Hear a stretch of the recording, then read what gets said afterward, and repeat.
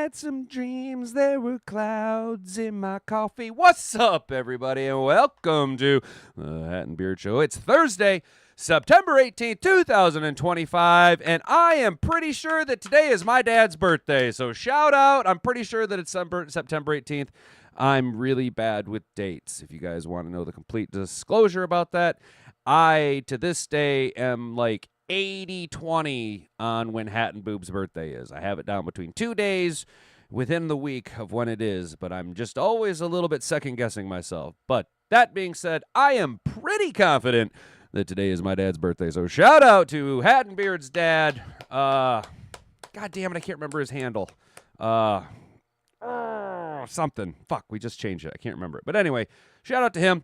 Today, boys and girls, I'm the Hat and Beard Show, which you have tuned into, and I appreciate it. Thanks for tuning in. Thanks for telling a friend. Today, we're going to be talking right off the rip, Dolphins versus Bills 3 must-know storylines for Thursday's Week 3 prime time. There should be some, like, we should come up with a little tune, some little lame-ass Thursday night, like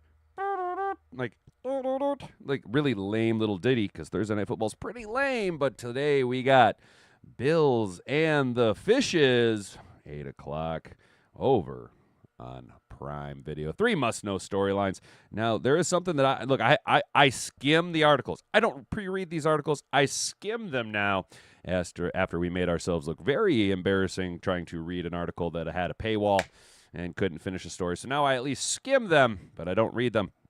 I'm interested to see, I have seen some people say that as early as tomorrow morning, Mike McDaniel, the head coach of the Miami Dolphins, and the GM, whose name eludes me right now, could both be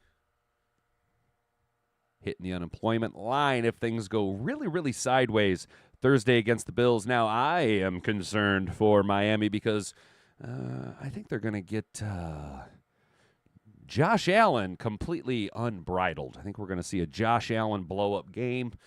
He's seen what Jared Goff did with 5 touchdowns. He's seeing what Lamar's doing. And if he wants to continue to, maintain that MVP caliber and that MVP crown, look for a Josh Allen blow-up game, I think is what's going to happen today. Just my opinion. And then, guys, we are going to take a double dip over at Yardbarker.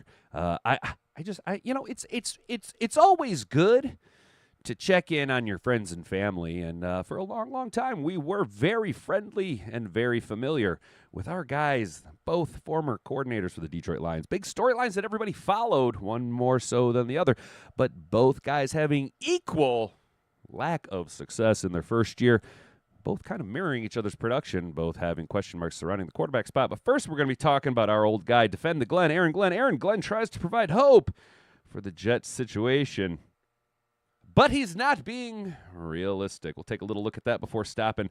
We're just going to turn the page as there I go. Turn the page on over to there he is. The trader in the Windy City, small PPO, Sama Ben Johnson, Ben Dover Benny.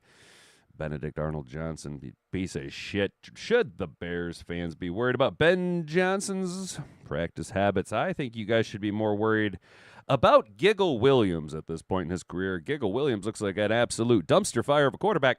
And I'm not defending small PP Ben Johnson. His PP is very, very small. But we know that historically he can have success with, at the time, considered a less than pristine JG16. So he does have a pedigree at some point in turning it around for quarterbacks. So why have we not seen that with Giggle Williams? Probably because Giggle Williams paints his fingernails and is a piece of shit.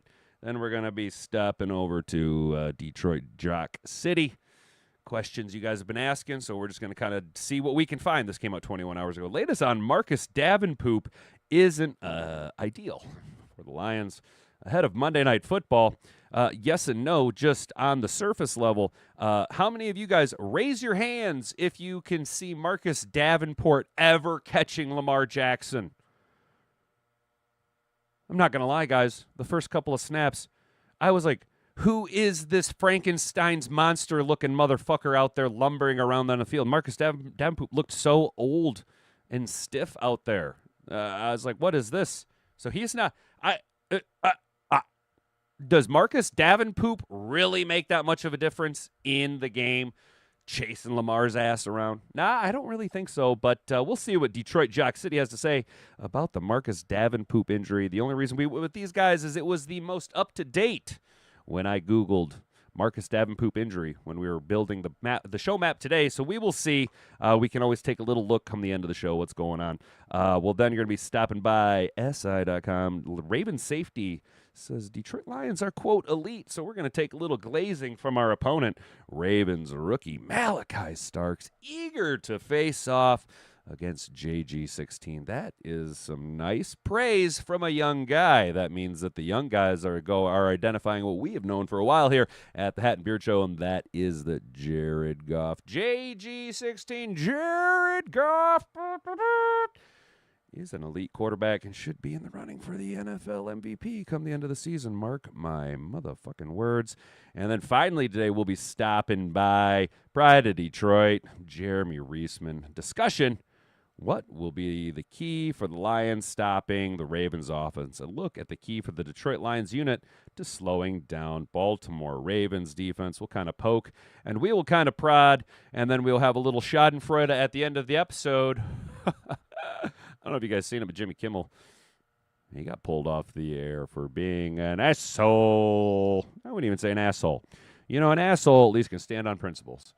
Jimmy Fallon, saying he's a piece of shit is even putting it nicely. You know what I'm saying? So we maybe take a look at the culture war, what's going on there. Also, if we have time, we'll be listening to Stephen A. Smith, just kind of showing how the tides have finally turned in our favor. But before we do all of that and get into the show, before we get footballs deep into the show, guys, do me a favor, do all the things. Poke all my bells, ring all of my buttons, walk on over to that subscribe button, subscribe to the channel. If you're new here, ring that notification bell so that you can be notified every time we go live Monday through Friday, 10 a.m. to 11 a.m. here at youtube.com/Hat and Beard Show, broadcasting to you live from Grandma's Studio 1.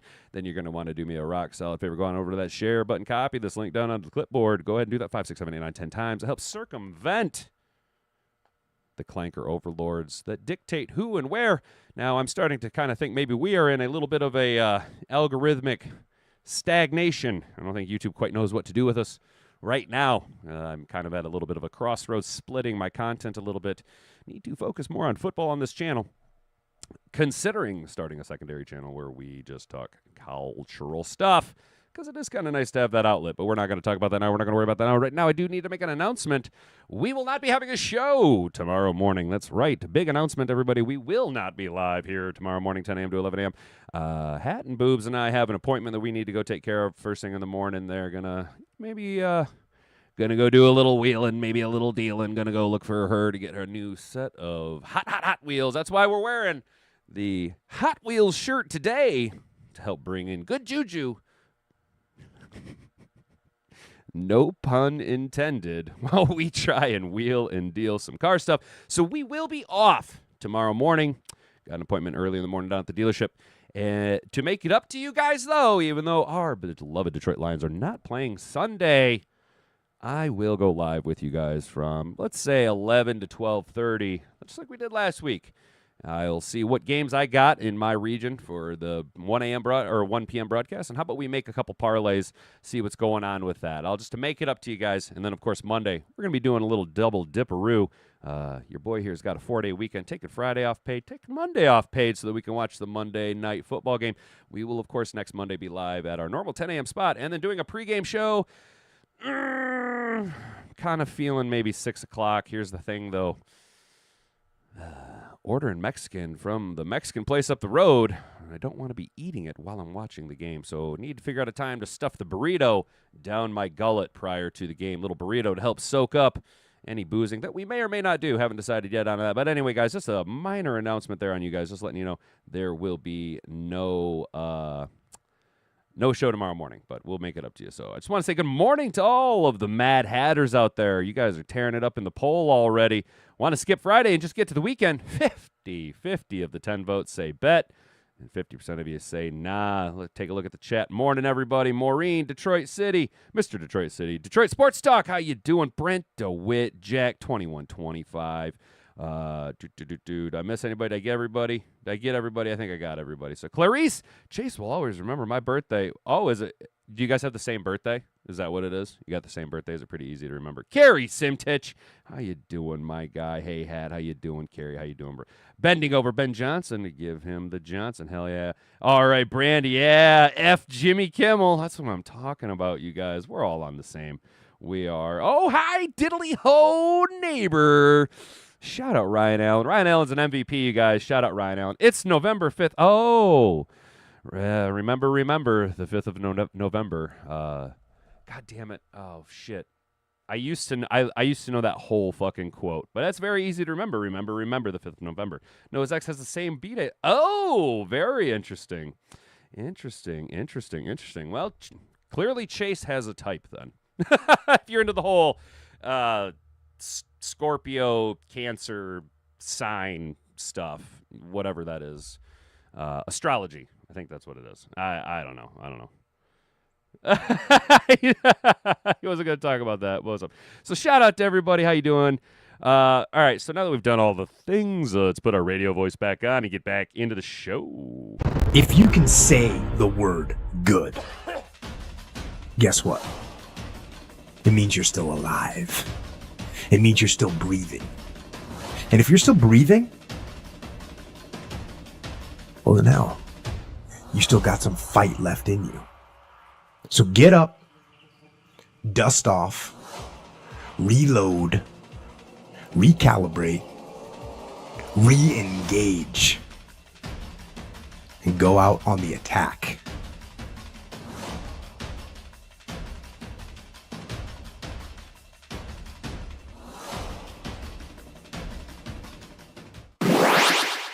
All right, guys. First on the docket, let's talk Thursday night football. Dolphins versus Bills.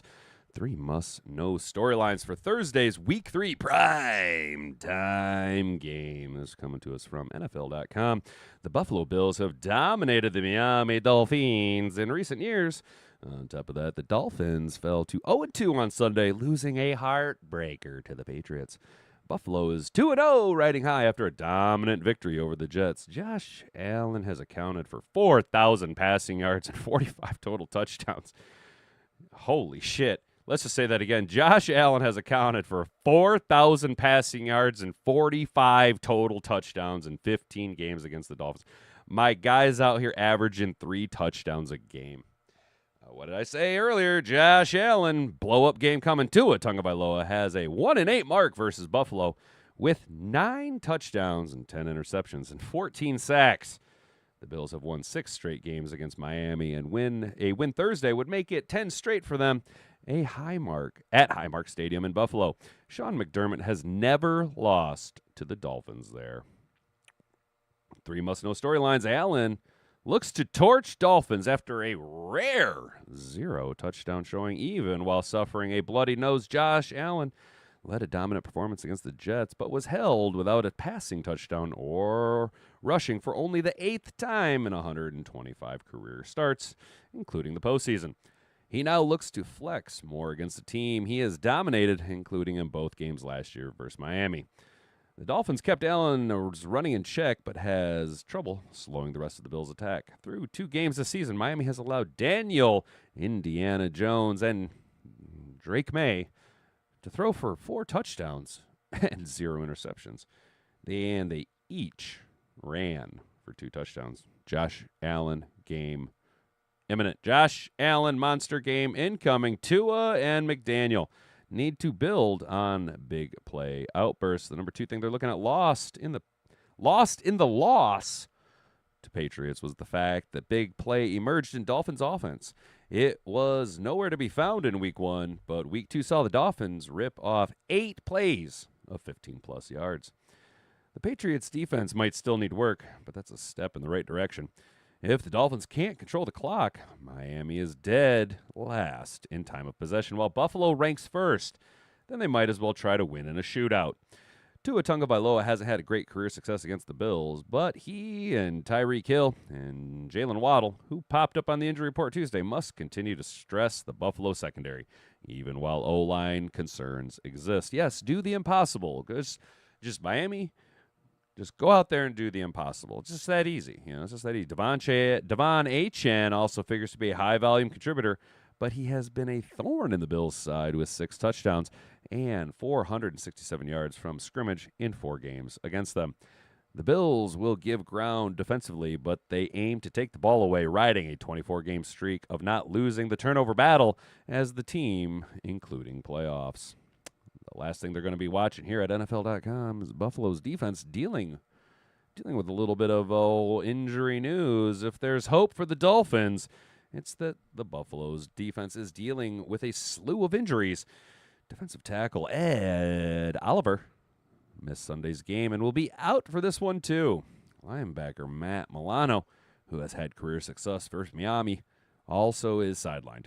In the secondary, both Cam Lewis and Taron Johnson have been limited participants in practice. Oliver is a singular force on the defense, and his absence could be felt. If the Bills cannot penetrate the Dolphins' O-line, you got to get deep penetration. You got to really get in there, really penetrate deeply. It would be surprising. Gregory Rousseau and Joey Bosa have been good off the edge so far, and Daquan Jones and the rookies T.J. Sanders and Deion Walker should have enough favorable matchups to make hay. The Dolphins might try to exploit the absence of Milano using screens, misdirection plays, and play action against the Bills linebackers and get the Bills linebackers' heads spinning. So what do you guys think? Let's be honest. This game has the biggest spread. Last I seen, it was a 12-point spread. What are you expecting, chat? How we doing, chat? Oh, hell yeah. It's Maureen, it's not my birthday. I'm pretty sure it's my dad's. But I appreciate that. Thank you, guys. Yeah, I'm pretty sure it's my dad. Today is the birthday of the U.S. Air Force, flying high into the pale blue yonder. Or is it wild blue yonder? Yeah. Francis Muldoon, thank you. That's what it is. I couldn't remember your name. So, yep, it's my dad's birthday. Happy birthday, Francis Muldoon, 56. Let's go. Planning on a great day. Well, it's Thursday, and it's looking pretty nice out there. You're getting the luxury of having a very rare 70, damn near 80-degree birthday. So shout out to Francis Muldoon. Let's go. I was pretty sure it was the 18th. I wasn't 100%. I'm bad with dates. Hell yeah. Let's go. All right, guys. So what do you think? Do you think have a great day anyway? Well, thank you, Maureen. I appreciate that. Today is my Friday. Taking a 4-day weekend. Oy vey, it's gonna be. I'm goosed, guys. I am so just like fried over the everything that's gone on. It's like it was just like a shitstorm. Like not only was last week shitty with everything happening in the world, but like on top of that, had a 7-day work week. Had to hit 7 days in a row and do contract negotiations. Like it was I'm just goosed. I'm goosed. So instead of just trying to force things and get a show and try and do car stuff tomorrow, we're just, you know what? To quote Jim Rome, I take a lot of time, clones, because I get a lot of time. You know what I'm saying? So Mad Hatters, I take a lot of time because I get a lot of time. And if the problem now for work is I might have accidentally banked over 100 hours of PTO that I sometimes somehow have to use between now and the end of the year. Because with the new contract, we can't carry it over, but we still get our bank right off the rip. But because I didn't know if we were going to get laid off, which according to the CBA, if we got laid out, I'd get cashed out all my time. And I was like, fuck it, I'll just take that. You know what I'm saying? So I just like held on to it all. You know what I'm saying? So I got like 110 hours of PTO that I got to use between now and the end of the year. So I'm just kind of burning time. Now I will take a large chunk of that off. Seeing how there's nothing going on the week of Thanksgiving. Originally, I was just going to take opening week of firearm season off. But you know what? If there's nothing in there, fuck it. I'm going to do like I did last year. I'm going to take the 2 weeks off in November, which is really only got to use like 8 days. So it's no big deal. You know what I'm saying? Like it's nothing. But I just got to burn this time. And so fuck it. I'll take a 4-day weekend. So I'm taking Friday paid. I'm taking Monday paid. Whatever, dude. It's dope. You maybe got 4, maybe. You're running on 3.5 hours of sleep. Clarice, what are you doing? You cannot, you guys, you got to get sleep. It's outside of like drinking water and pooping regularly. Dude, sleep is like one of the most important pillars that you can build a solid foundation of a life off of. Look, I realized how important sleep was when I really started getting into fitness and understanding how my body had to recover through sleep. Your body does a tremendous amount. Like it's almost counterintuitive, the thought process, because you are sleeping doing nothing. You know what I'm saying? So you are resting. But the reality is your body is like crazy at work repairing itself while you're sleeping. It's super important. Okay, fair enough. I get, yeah, I that's fair, Clarice. I forget you're a millennial just like me, and we all have to do the super grind, dude. I get it. I'm not chastising. I'm encouraging. I'm encouraging people to try and get sleep. You know what I'm saying? But I totally understand. You're on your grind, dude. I totally get that. And cheers, dude. Proud of you for out there grinding it out, doing what you got to do. You know what I'm saying?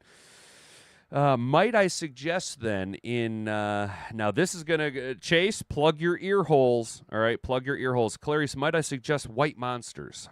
They will help with the lack of sleep, and you can get like a 8-pack at Meijer for like $12. Don't be going to the store and buying 3 for $6. Don't be doing that shit. Go to Meijer, get yourself a good deal. Start buying them regularly, clipping the coupons. They're going to send you M perks. You know what I'm saying? And I had to learn the hard way. Don't overuse them, right? But the White Monsters are nice, super low in calories. Don't do like I did and start reaching for the espresso shots. Those calories. That's how you just start consuming unnecessary amounts of calories. Go get yourself a White Monster. You know what I'm saying? You don't really have an excuse. I just have a brain that doesn't shut off. Well, Chase, you get back to drinking Red Bulls, bro? You get back to drinking the Red Bulls? We're trying to get you off the Red Bulls, bro. Remember that? All right, guys, let's do a barrel roll on over here to yardbarker.com and see what's talking and being said about. Well, you like to keep in touch with people, right? And we were friends. We were friends at one point, Aaron Glenn. We had to defend the Glen, remember? Aaron Glenn and Ben Johnson now in their rookie campaigns as head coaches of their own franchises. And I'd like to say that they had varying degrees of success. Yeah, both of them not really so much. Both of them are having basically equal degrees of success. Aaron Glenn tries to provide hope for the Jets situation, but he's not being realistic. The 0-2 New York Jets enter their Week 3 contest against the 2-0 Tampa, Bay, Buccaneers with their backs against the wall. The Jets desperately need a win, and they'll be without starting quarterback Justin, Mr. Houdini. You never know what you're gonna get. Mr. Box of Chocolates, Justin Fields. You never know what you're gonna get. Who is dealing with a concussion suffered in Sunday's loss to the Buffalo Bills. On Wednesday, Jets head coach Aaron Glenn told reporters why he's hopeful for the team after the first 2 games of the season. He believes New York is making progress, even if the results seem minor. Let's take a little listen. Big ships turn slow. Yes. In fact, real quick, just going to go ahead and reset that. Big ships turn slow. Yeah. Ugh. Do you know the definition and what the difference is between a boat and a ship? It literally has to do with that. It has to do with the turning radius of a boat and the turning overall circumference of a ship, because a ship is so large and the way that the propellers operate.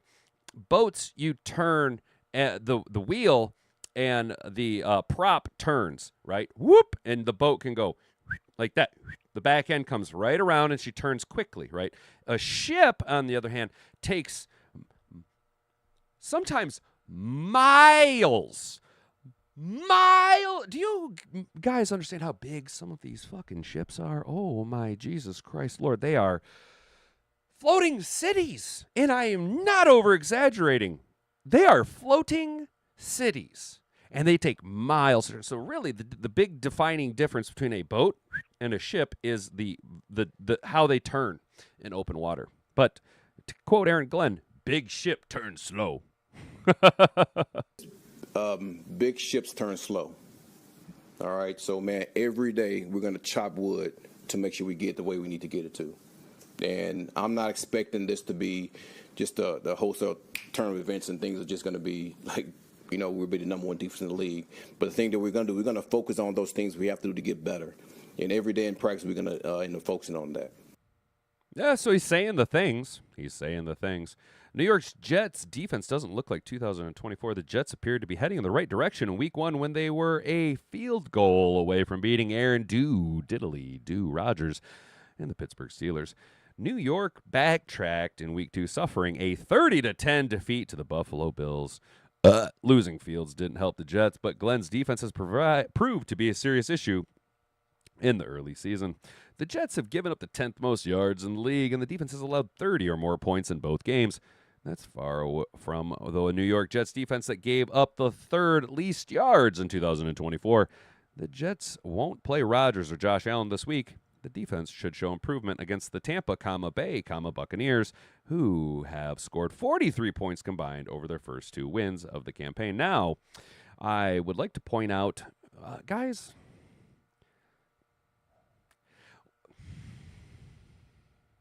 this is no shade to Aaron Glenn. I actually am a big Aaron Glenn fan. I liked him as a player. I like him as a coach. I could see myself playing very well for an Aaron Glenn type coach.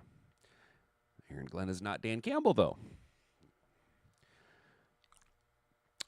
Can we honestly have a conversation? Was Aaron Glenn's defenses ever really that good in Detroit? Yeah, Aiden Hutchinson's fucking sweet. Kirby Joseph's fucking sweet. Brian Branch is fucking sweet. Last year, yes, you can put the asterisk because of the injuries, but the main goal of the Detroit Lions, at least the past few years, has been get up on your team and let the offense dictate the flow of the game. We can win shootouts, right? But was Aaron Glenn's defenses ever really that good in Detroit? So if they were never really that good, by comparison, when you look at the metrics, Ben Johnson was a much better offensive coordinator than Aaron Glenn was a defensive coordinator. Outside of individual performances between 3 players for the Detroit Lions on defense, the overall production of the offense under Ben Johnson, I'm using air quotes for all of this. I'm not saying Ben Johnson was the catalyst to the Detroit Lions offense. See week 2, 2025. But it has seemed that, at least with Aaron Glenn's tenure as the Detroit Lions defensive coordinator, the goal of the offense has been to just flat out outscore your opponents and get up on them early and kind of put it in cruise control, knowing that your defense was at best leaky. Let's be real. Aaron Glenn, not the best defensive coordinator. Did I want to see him go? Not necessarily. Personally, I think Calvin Shepard will have a better tenure as a defensive coordinator for the Detroit Lions, statistically, than Aaron Glenn did. But that's just my opinion. What is your opinion, chat? How are we doing down in the chat before we get to our next article? Clary's getting a big flex from Brandy Coffee. Hats, Mom says. You're lucky to sleep well and get 7 to 8 hours. I give it up to God every night. Look at you, Mom, coming in with the millennial. Give it. Hats, Mom's giving it up to God. Whoa, air horns. Give it up. That's what's up. Hello, that's hilarious. AG doesn't realize he's turning an aircraft carrier. That's what I'm talking about, Brent. Like you get the size of these fucking ships, dude. Makes you feel oh so little. It's so big. It's so big. It's a dinosauric size of penis. You know what I'm saying? Especially if the pilot can't run the offense. Jack nailing it. And that's why I was like, Houdini, Justin Fields, what you going to get? He's a box of chocolates. You never know what you're going to get week in and week out. I'm going to bounce out to do some work. Have fun, Mad Hatters, and play nice. Chase, shout out, brother. Have a good rest of the week, dude. Well, again, we will not be live tomorrow morning, but you can catch us Sunday morning for a little pregame show. Have a good week, dude. Kick your ass at work. Go stack that paper. Hell yeah. I think Kelvin has already connected better with the players than AG did. Maureen, preach, sister. Exactly, 100%. I think that's where I think Kelvin Shepherd has a leg up over Aaron Glenn. And right off the rip, it's, I don't know, maybe as a assistant or a positions assistant and then a positions coach, maybe he has a little bit more intimate, more time on an individual level with these guys. I totally feel you, and I'm not trying to sound like a Zoomer, millennial, or whatever, but like it's a vibes thing, man. It is a vibes thing. Like I just vibe with Kelvin Shepherd. You know what I'm saying? And I think the guys do too. Sometimes Glenn's defense looked great, and then other times it would leave you yelling at the TV. 100% Jack. Sometimes it looked great. And in my opinion, the times that our defense looked great, yes, scheme. Okay, yes, scheme. But at least over recent years, the catalyst to sometimes our defense looking great was Mr. Mayhem himself, Aiden Hutchinson, causing havoc in the backfield, which then resulted in miscommunication, early passes, bad throws, turnovers, and let's not forget at the time, right now, as it stands, on a Hall of Fame trajectory career, because the only person who compares him to him statistically is Ed Reed, Kirby Joseph, doing Hall of Fame type things. I mean, the most interceptions in the league since he's come into the NFL. The only person who has the same number of interceptions, turnovers, and big plays at his position through the exact same number of years is Ed Reed. That's fucking awesome. That's Brad Holmes. It's the Brad Holmes effect.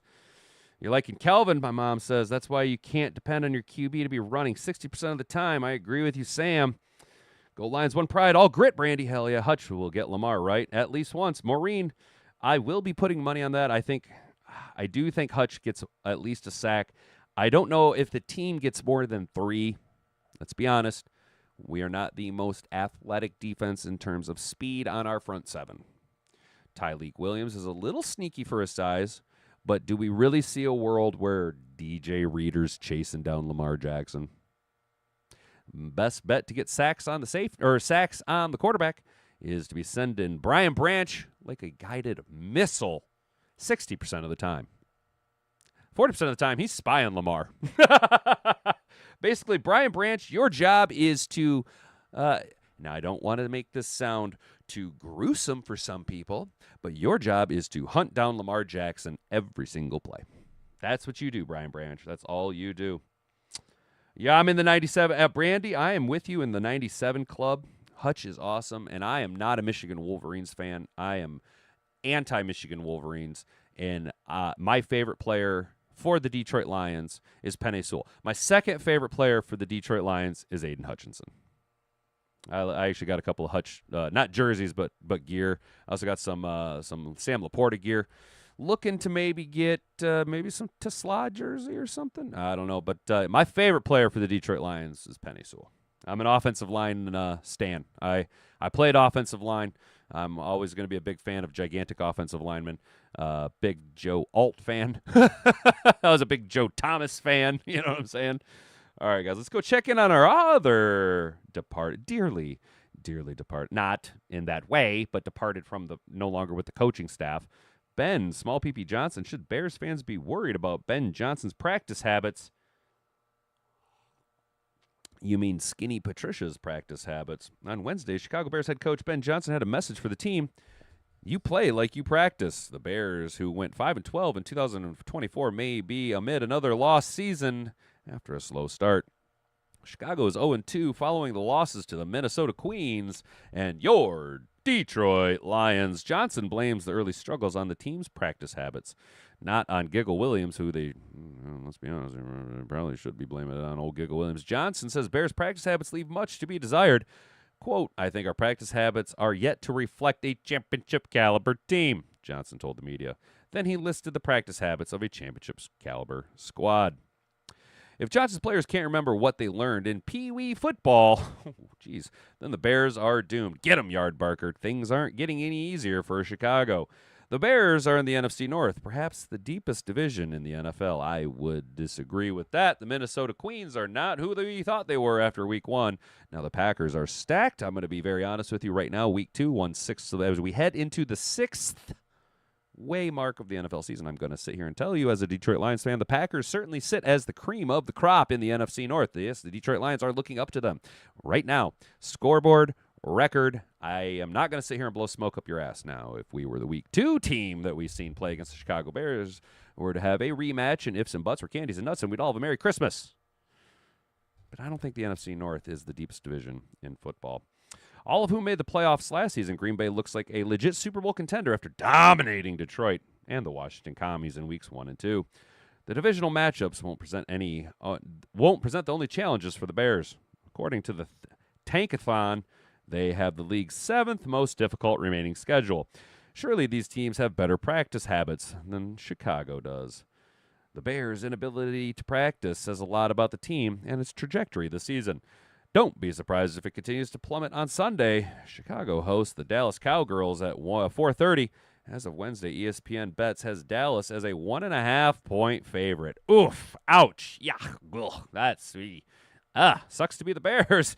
Sucks to be you. You shouldn't have been a turncoat, and you get what you get, Ben Johnson. So far, my statement still stands true that Ben Johnson will not win a single game as the Chicago Bears head coach. And I'm, myself, Sunday afternoon, I'm going to be rooting for the Dallas Cowboys. I'm not going to sit here and blow smoke up your ass. I'm 100% going to be rooting for the Dallas Cowgirls to be taking it to old Osama Ben Johnson because, unfortunately, dude, you're good. Yeah, it sucks to be you, man, but you decided to put on your big boy pants and say that you're going to be a big, big boy. Now you got to sit and deal with the ramifications and the repercussions of what's happening. What player in the front seven can run down Lamar? Linebackers are too slow. Jack, well, not action Jack. Anzalone can maybe catch him if his angle's right. In a foot race, though, Pepperoni, he's going to get smoked. Derek Barnes has some wheels, but you know the answer, and that's number 97. He's the only guy with the wheels to chase down Lamar on the front seven. I think the Bears fans need to be worried about everything. Yeah, Mom, I agree with you. The Bears fans are, well, let's be honest. Have you guys seen Broski in the chat since Sunday? Yeah, that's kind of where they're at. Lamar has an average 9 yards rushing. The first 2 games so far, he's been difficult to catch. Maureen, you are correct. And historically, and through the first 2 weeks, the Lions have shown that when quarterbacks leak out, they do what quarterbacks historically do to our defense. Maybe we figure out something. Maybe BB is the spy. I just got this feeling deep in my balls that BB's the answer to Lamar. Maybe that's why we brought in an Avante Maddox to play the safety role specifically for these style of games. Maybe this is Calvin Shepard's plan. I don't know. I'm not Calvin Shepard. Does anybody do we have any news out of practices? We can take a little look Monday, see how things shake out. Monday's going to be pretty much focused on us all day, morning and afternoon.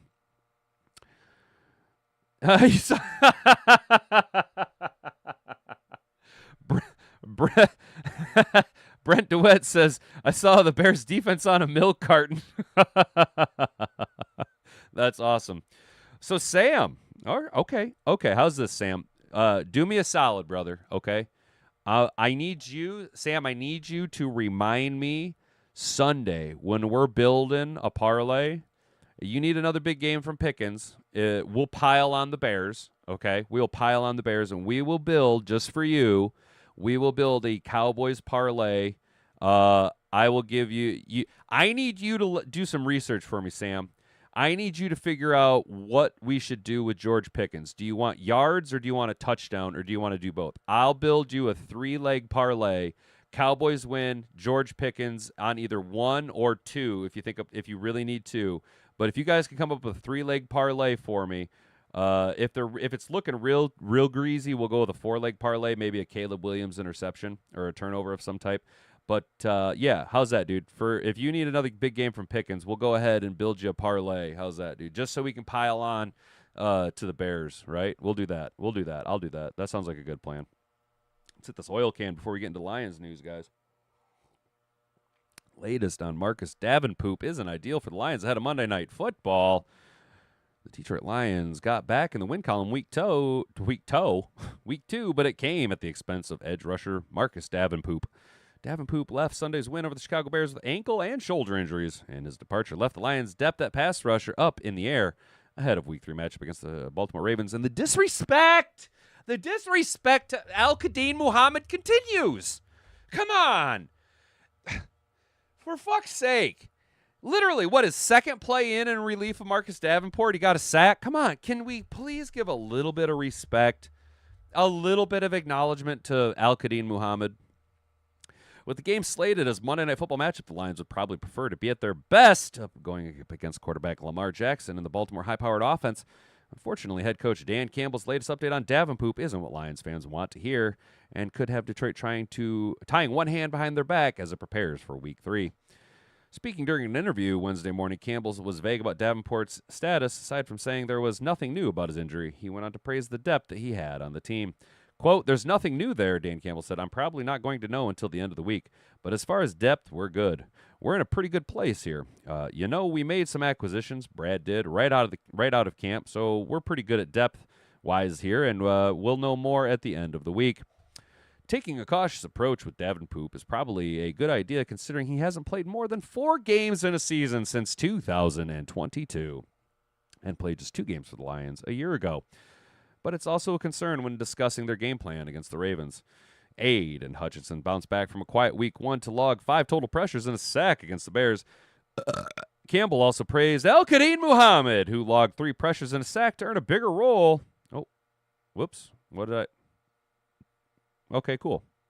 Well, that's cool. Let's get back to where I was. I guess they did write up a nice little article about him. Heading into their week, the rest of the depth is...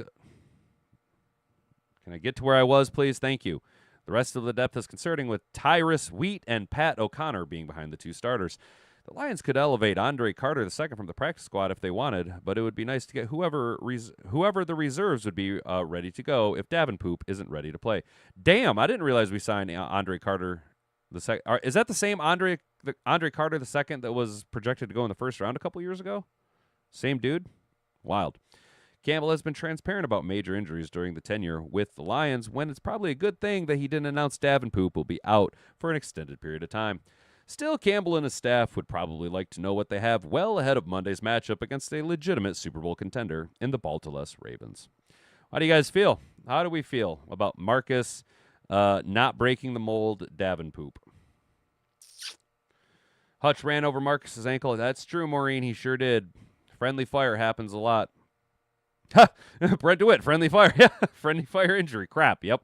Was Davenport's second opinion for his ankle or shoulder? Brent, I don't know. I at this point, I don't know what they're...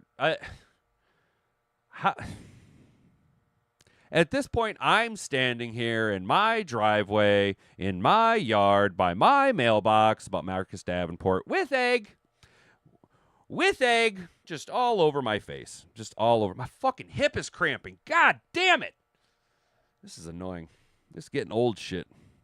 Trade for an edge, please, Jameson says. Shout out, Jameson. Welcome to the chat, dude. How you doing? Good morning. Good Thursday morning.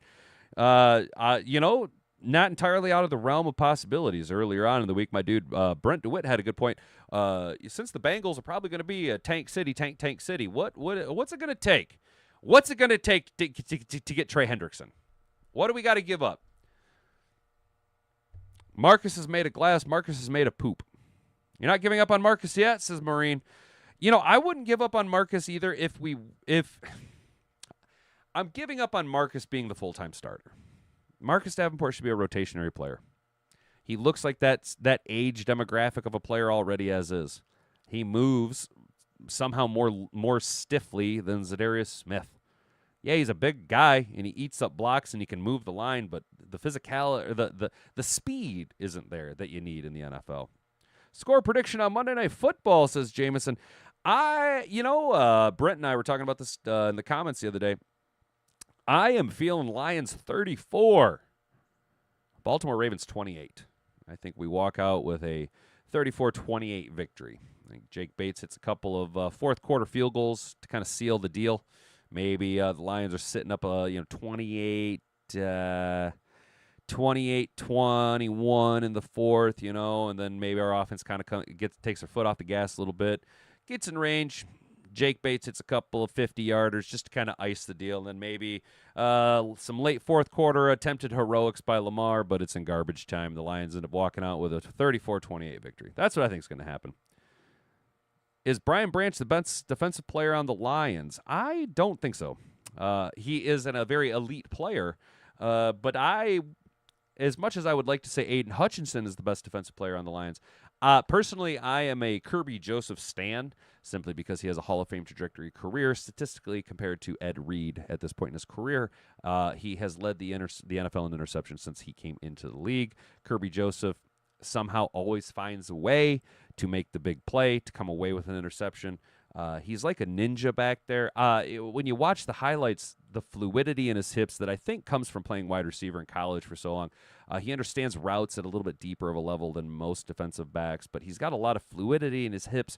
And Kirby Joseph has this ability to just kind of glide around the field. When you see his interceptions, yes, sometimes it's a throw directly at him and he just goes up and snags it. But sometimes Kirby Joseph, it's like a bat out of hell. He just comes out of nowhere and just glides through the defense, grabs the pick, and is just gone. He's just gone. So personally, I think Kirby Joseph is actually the best defensive player that the Detroit Lions have. Does that make sense? I know that's probably not what some of you wanted to hear, considering I'm such a big Aiden Hutchinson fan. But on the whole, Kirby Joseph feels real good. Okay, guys, we got about 14 minutes left, just enough time to ram down these two articles. Might go a little late today, but I don't think we're going to go an hour and a half. How's the predictions doing? My mom says 31-28, Lions win, 2 running backs and 2 wide receiver touchdowns, and they good kick by Bates. Hell yeah, I like where your hat's at. I like where your hat's at, Mom. I like where your head's at. Monday night going to be fun. Gibbs, J-Mo Bates starting for fantasy. Hell yeah, Sam. Don't worry, dude. We'll make sure and build some parlays around those guys 150%. I always say it's the J-Mo rule. If Jamison Williams over or under is anywhere near between fucking 50 to 53 yards, you always take the over. You always take the over. If J-Mo's over-under is between 50 to 53 yards, you always take the over. He can do it in one play, see the majority of his career. Yeah, last week I think was how Jamison Williams' career is going to look 9 times out of 10. 2 catches, 108 yards, and a touchdown because he can just do it. And we don't need him to be that possession move the sticks guy. We have now we have another big fucking weapon to add. Not only did we have Amon-Ra and Laporta and Gibbs and Monty, but now we got Isaac Tesla. I mean, I can't come up with. I like calling him Grease Lightning or T-Bird. You know what I'm saying? Because he's Grease Lightning. You know what I'm saying?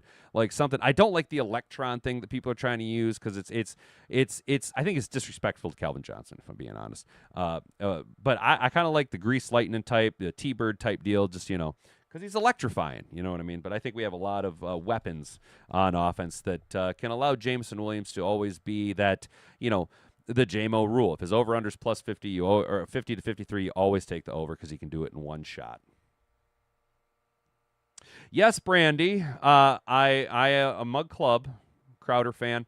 If you really want to know, not in Mug Club anymore. I still watch Steven Crowder regularly.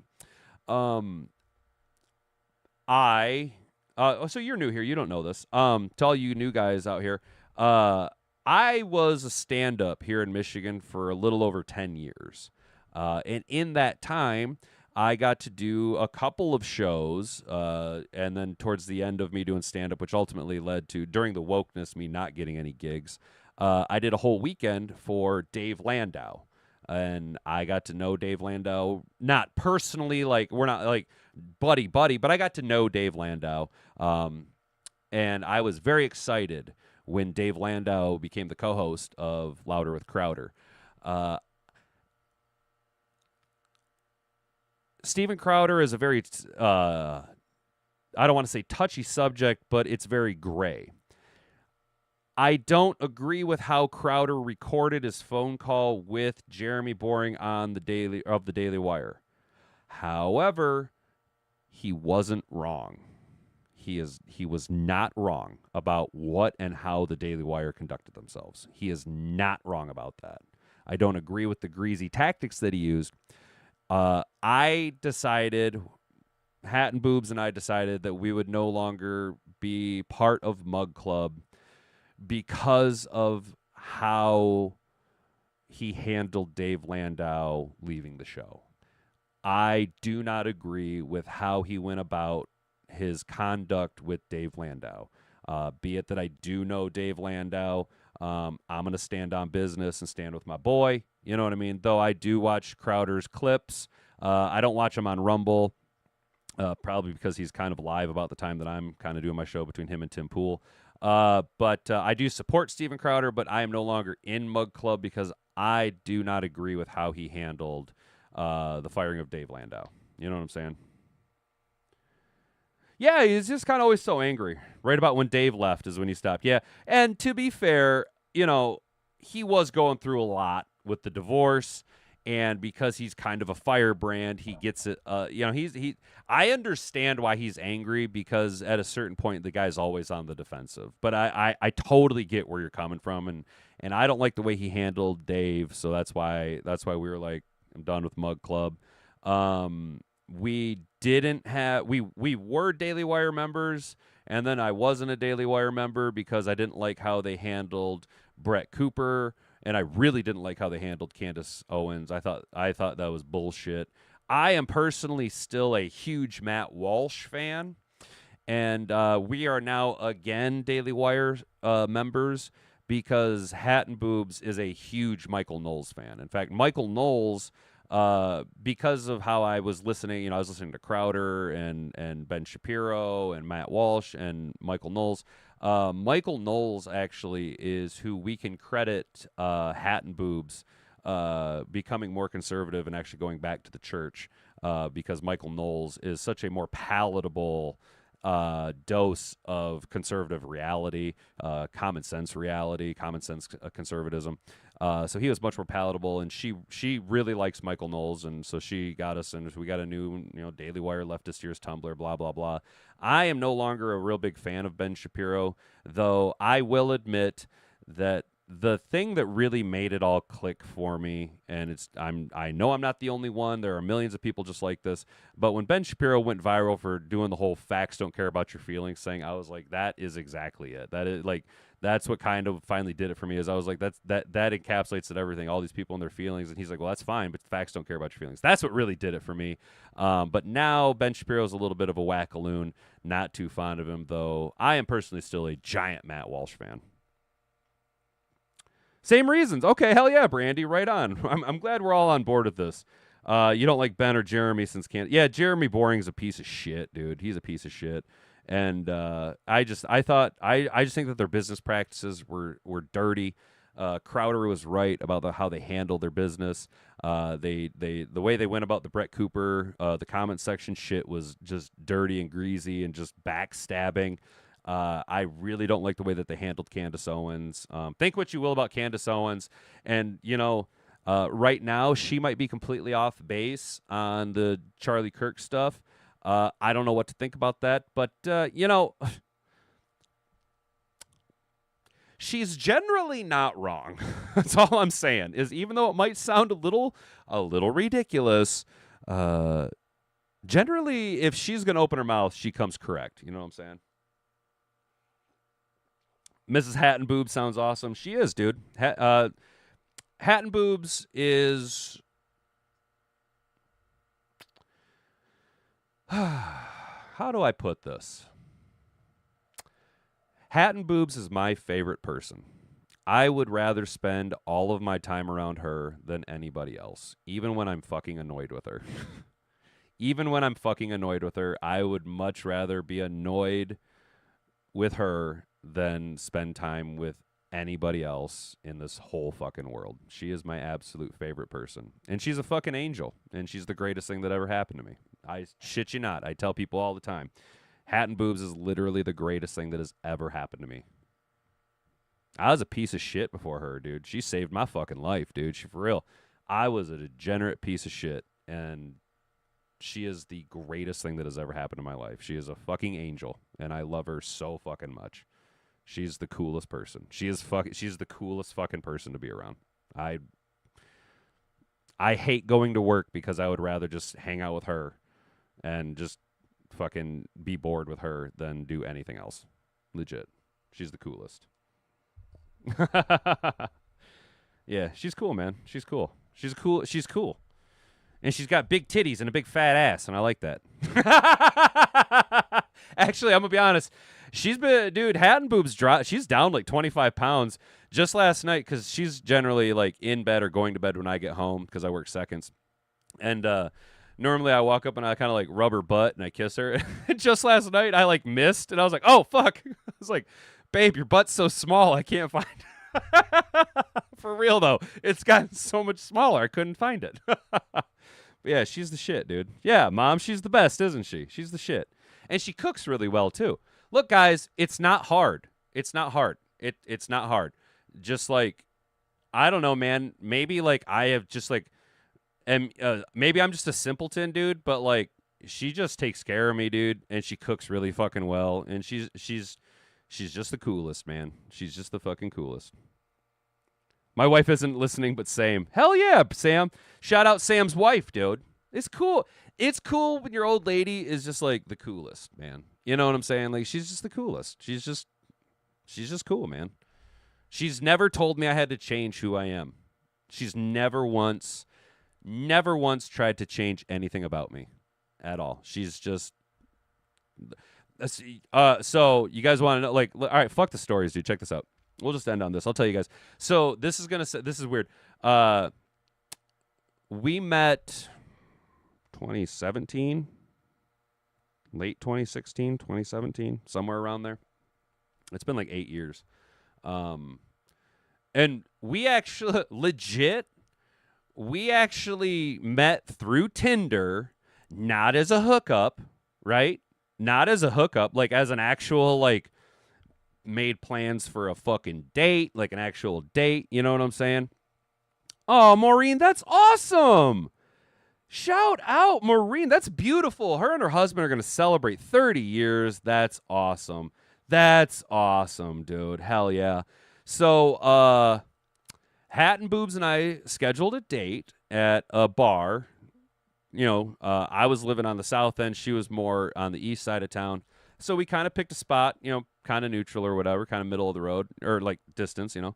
Actually, I'm going to be honest, it was a lot closer to her. I lived in the hood. She lived over on the rich side of town. I lived in the fucking ghetto, dude. I lived in the fucking hood. And that ain't me just being a white guy saying, oh, there are black people around. No, dude, if you knew Lansing, Pleasant Grove and Jolly is where I fucking lived, dude. Legit. I lived in the hood.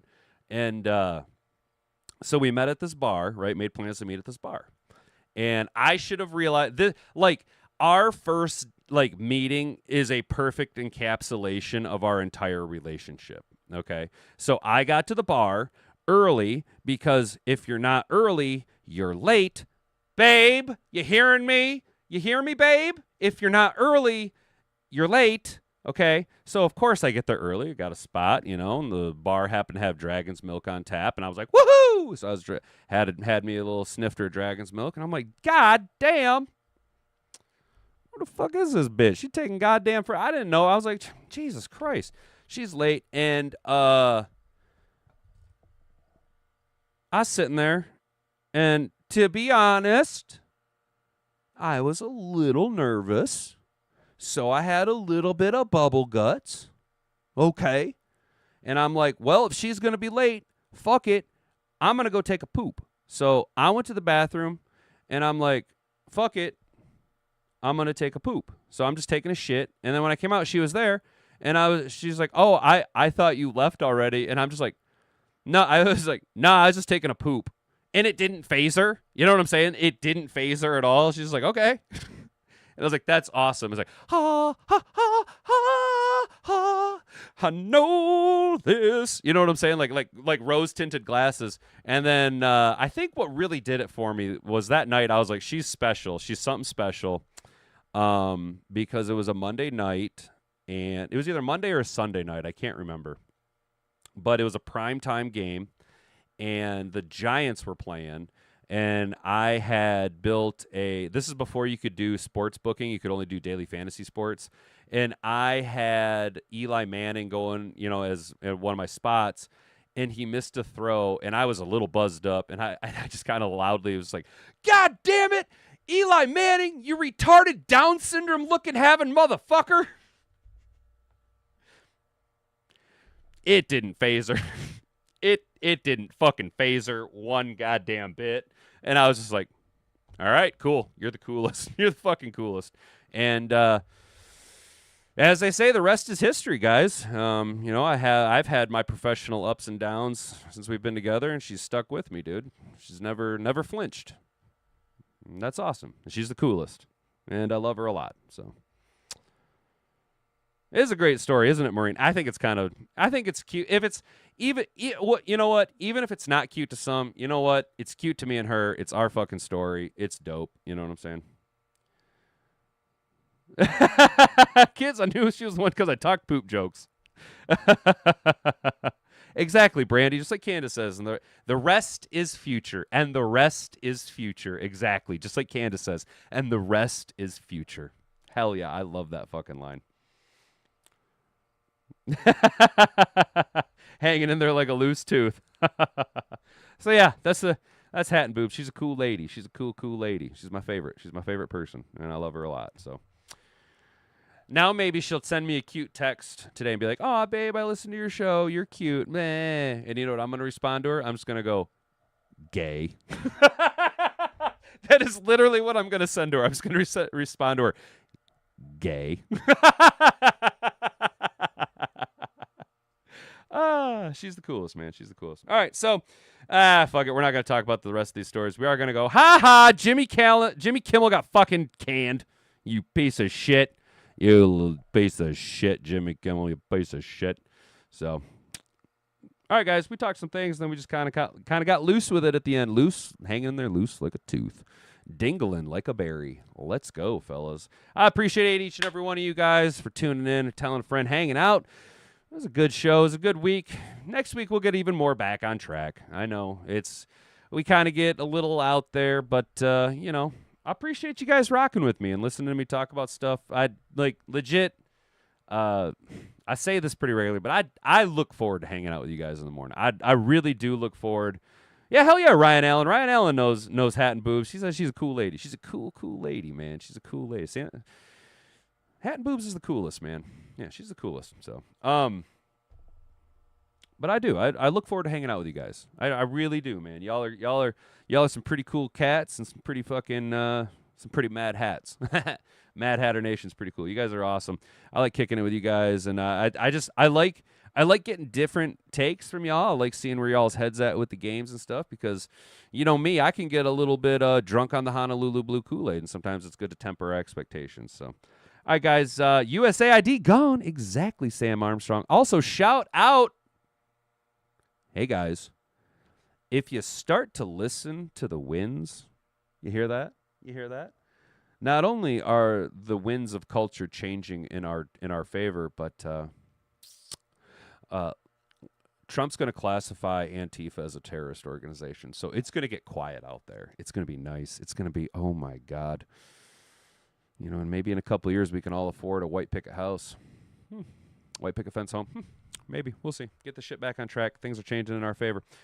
Let's go, guys. I appreciate each and every one of you hanging out. Thanks for tuning in. Thanks for telling a friend. That's what we love about you. Reminder, we will be off tomorrow, but we will be back Sunday morning for a little pregame, a little hangout, little trying to build Sam a George Pickens parlay for us so that he can win and we can win some dollar reduce.